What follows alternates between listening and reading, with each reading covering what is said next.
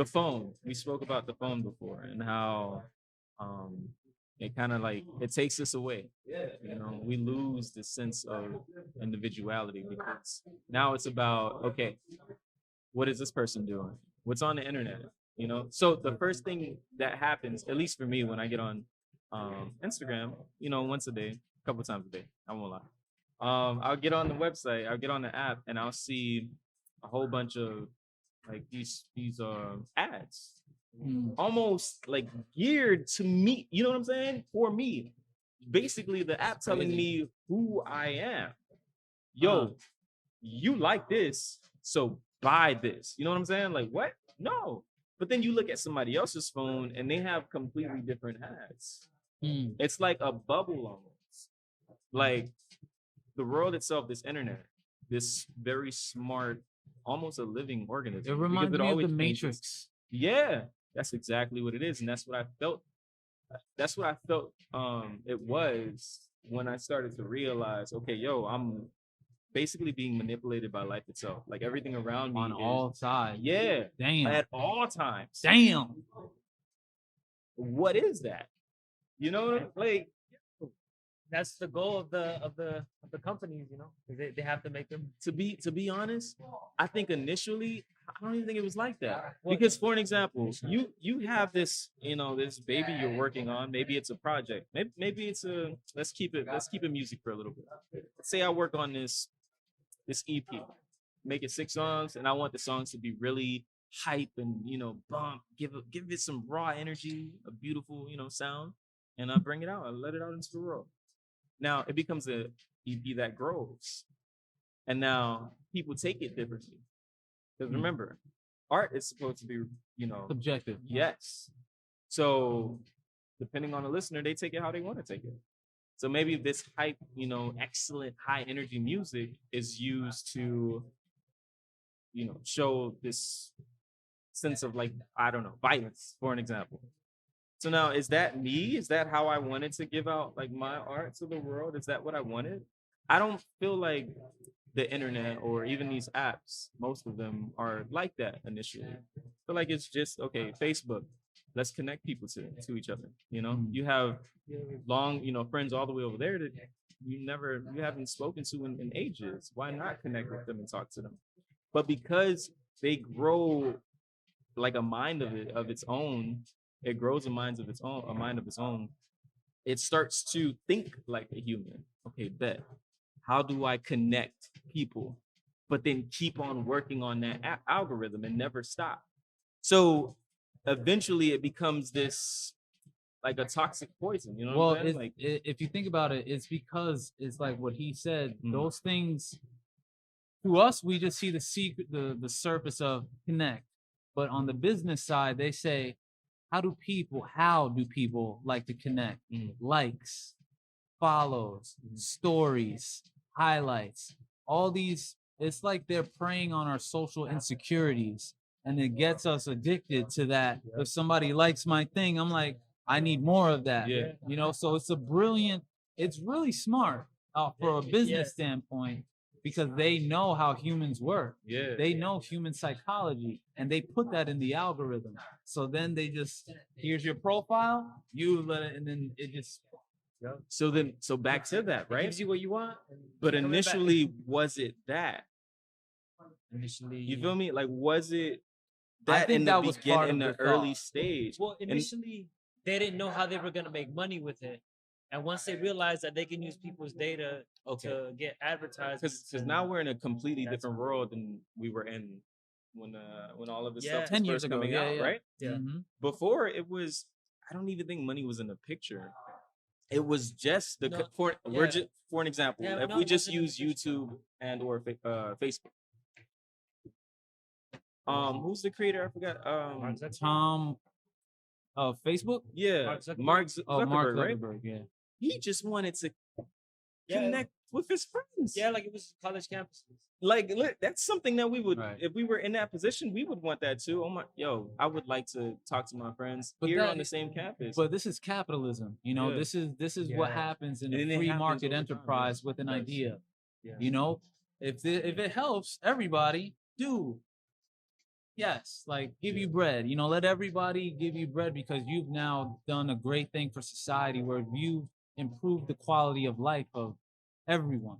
That's capitalism. And that's why, but if capitalism is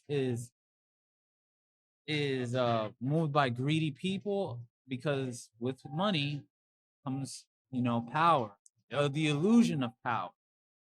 And with the free market, there's no regulation for that. So there could be only 3 people that are 10 millionaires, and then everybody else is the one that just benefits off the idea. So they're giving them the money.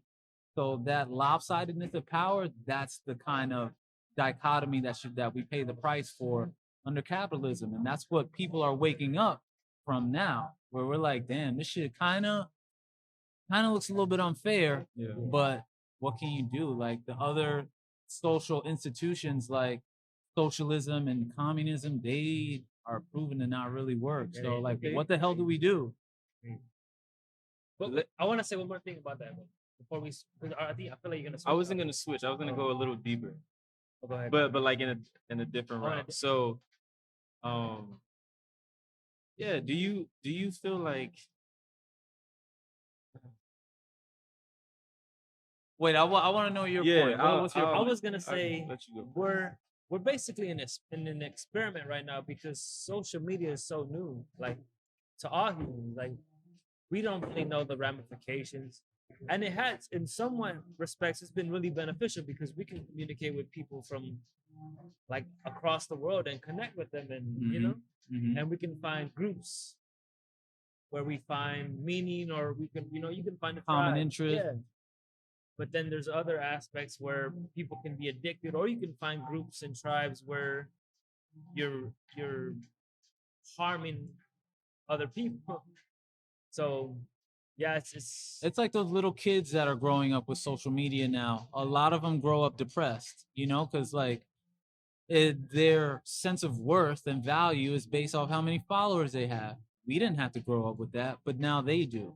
And that's this is that experiment. Like we have no idea the ramifications of, and this is technology moves so fast, but the human spirit and like that understanding of us as togetherness doesn't match that pace. Then you have things like that where the kids, let's keep in mind, this is new.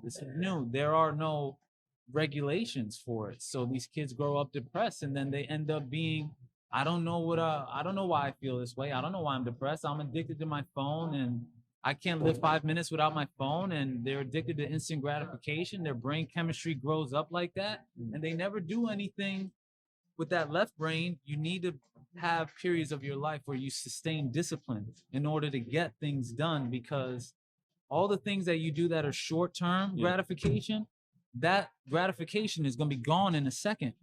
So if you really want the gratification to last, you're going to have to do a sustained course of action that might not feel good all the time. You're going to have to stay the course. So it's training all these people out of that thing. And these kids are growing up not accomplishing shit, being very sensitive, being very finicky, very emotional, and have no sense of discipline. Social skills too, because if you're always in front of a phone, like talking to people online, then when you're face to face, you might not be comfortable with being in those positions. Absolutely. That's the caveat that we make with all this stuff being new. But I think that it goes back to that balance of left brain and right brain. When in terms of, it's good social media is not bad, because like it allows people to express themselves and connect and make groups and togetherness. But at the same time, we got to do that thing. Like, for example, going back to morning pages, don't look at your phone the first thing in the morning. Little kids got to do the same thing, because we got to get used to me. What do I want? What do I like? It's like training everybody to be a robot, to be the same. Like people, the whole mass is walking like this, looking at the phone down like a robot. Okay, hold on. Let me be the advocate for my deep brain, my deep analytical brain.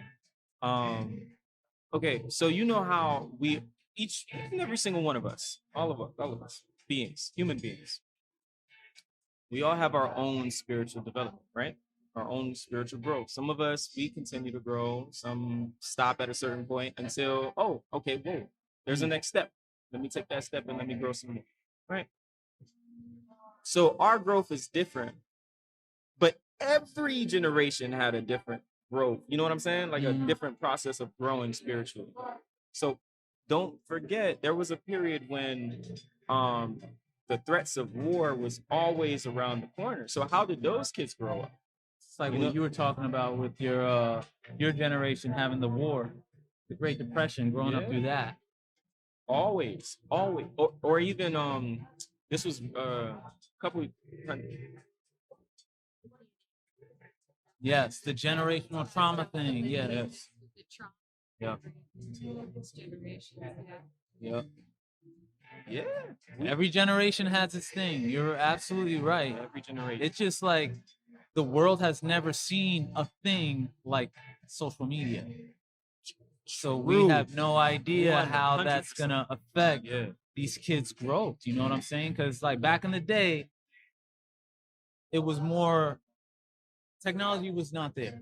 People had that social. You had to go home. Everyone having family dinner. You know what I'm saying? You're gonna speak to your brothers and sisters. You're gonna speak to your mom. You know what I'm saying? It was different. Everyone was. It's like that isolation is growing now. You're like right. You're right. You're absolutely right. We've never seen this amount of isolation before within a society from little kids, like from little ass kids that have an Instagram. There is babies that have millions of followers on Instagram. Imagine what it's gonna do to their social perception of themselves as they grow up and they go to kindergarten or they go to second grade and they got more followers than 85% of the world. What the hell? We've never seen anything like this before. So I think it's paramount that we start to figure out how we're going to navigate this fear, because it doesn't look like this fear is going anywhere. It looks like things are speeding up. So we got to figure out what are the proper ways to navigate this thing, or else our kids are going to be, we're going to leave them a very shitty world, you know?